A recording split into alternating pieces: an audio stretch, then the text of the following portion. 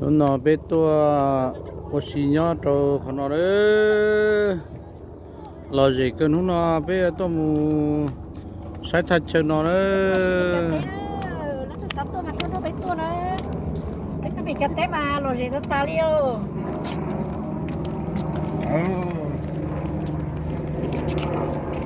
thế chơi nó không có hình nữa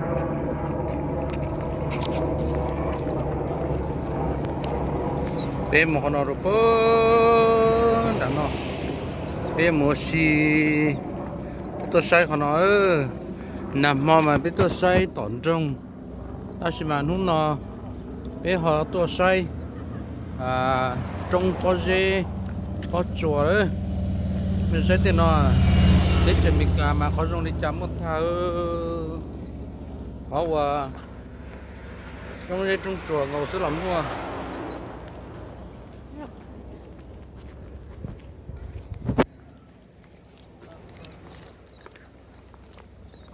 thì tôi phải nó đi một đất chiều để tôi để cho mình cả cho nên bé một xí đó bé một sai thì chơi rong có tiền đâu cái tiền đâu rong đâu á làm lan là nó làm gì hay mà bé nào nó bé muốn nó là cái gì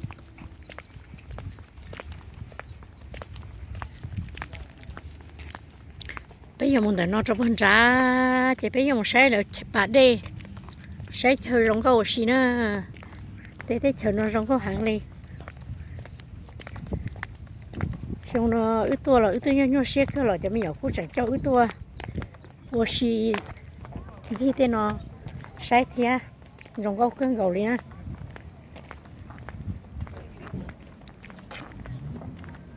đã tên nó do chế sơ sơ liền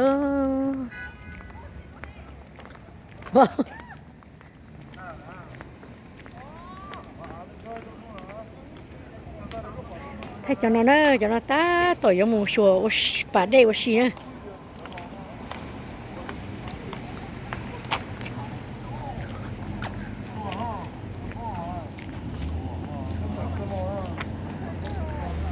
bố thì nó do lúc chơi để chế nhóc bố số nó chơi để chế thế nào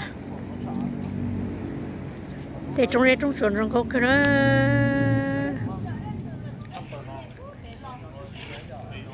là lâu giờ bố tiểu thế rồi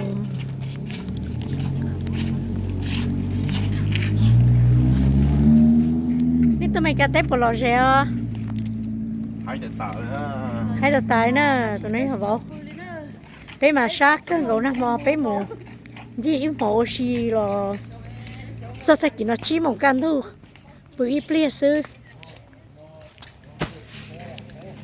wow chạy vô to luôn rồi cô bút chết lắm không à wow chạy cô dùng cô chết lắm thế này chẳng phải ô lô sao trong phong thấu gì ta đi nó có cơn gấu liều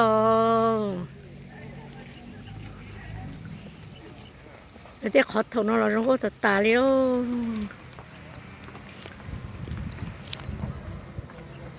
thế là trong dây trong chùa xưa là lúc tết chiều nó là chỉ tao nó tao hậu kia lì là chủ yếu của casino xưa nè cho tê lăn sạt cho xưa lò nhưng nhau là casino tan cho liền có một sạt cho xưa lò nhưng nhau chua mà xin này của casino những bao lô hậu lì họ tên lúc nhỏ trẻ xưa là bao lô họ mắm phá bự sầu họ cá nó chỉ nhưng nhau ta là casino gấu xứ bé từ từ chơi casino rồi thì bé gọi là một cái thì trong hạ thì nó rong câu nữa nè nơi thì rong câu chú đi để đua nó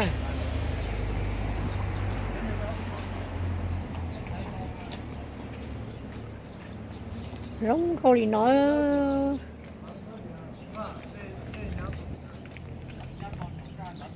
tôi một cái tụi đây không nó rong câu cứ liêu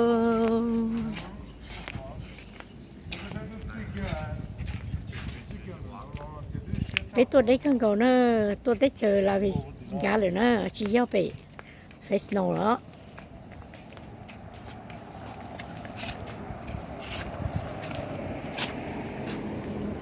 để cho nó rong có cái nữa nên sai là một sai bà đeo xì rong gầu thường gầu ít cho nó là chơi trống cái nhiều nhau bớt sát thì nó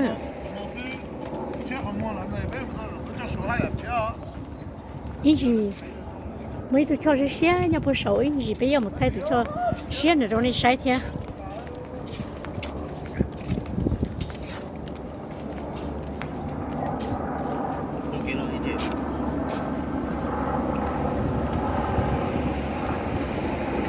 ở tôi là nó mà chẳng quan sao đến nào ta ra lại thế nào ủa sao nói lúc đó nó gì cho cũng chỉ bỏ nữa à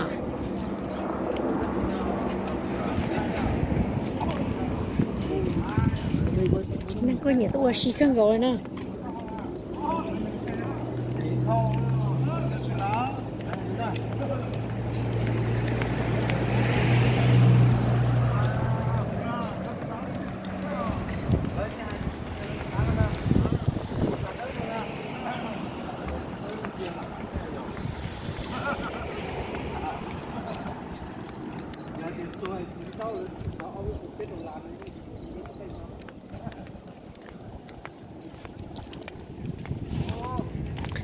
mình chỉ nói chỉ cho mình trong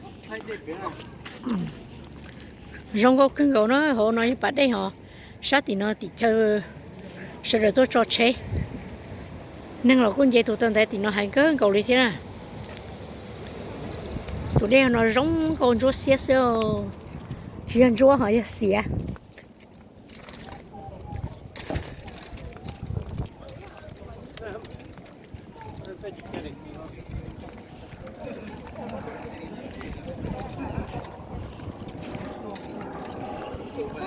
đã thầu có già cớ gầu đi nữa lúc đã thầu sụt phố sụn tu nào mà lại hạt tia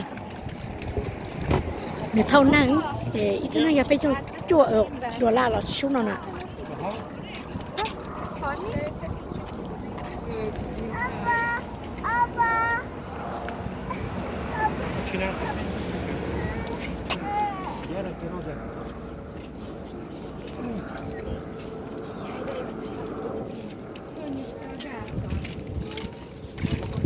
Đâu á mẹ?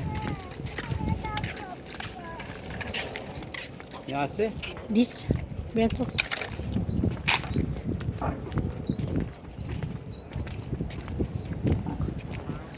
Không được mà, dùng sách tụi cho nó sổ này. À, tao, chạy một thay tụi cho nó sổ này.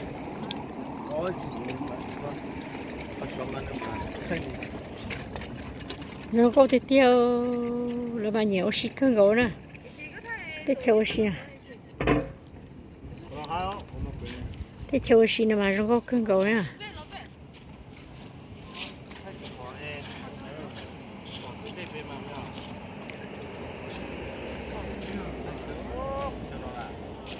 Rồi camera bán nó là chẳng thay đổi tại sao hồi nè rồi câu cân gấu liêu.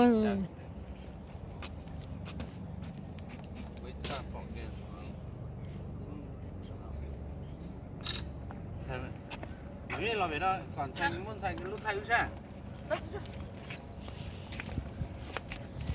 Wow. Stop là. 9, 8 c'est ça. Tu vas bientôt arriver là, c'est pas grave. Thay rồi à? Bây giờ. Lên mũ. Thay cái bao rong bé. Sắp bỏ sát đây. Bây giờ có là tôi cho. Dạ, sắp bỏ sát đây.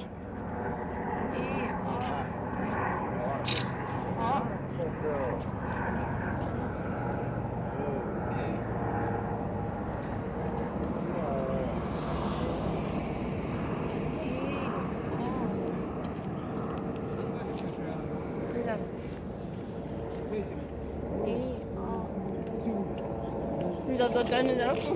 Cô chẳng thay lại, chẳng thay nè. Chia lại, cô chẳng thay camera. Thay nữa. Có bộ tay lọ bớt tiền nên lọ có vị nó. Ô, đây chưa cái vỏ. Yo. C'est bon? Không, chẳng thay đây. Anh này tiêu nó kịp bố rồi. Có chiều rồi ơi, tôi hay cứ chiều. Chứ không có trò ra ấy, nó lâu thế rồi. Ở trên này nó gì?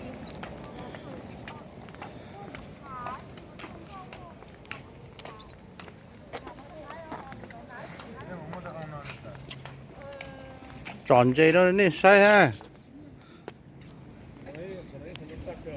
tôi đi làm chết cái nên đi làm tiêu muốn chơi gấu giờ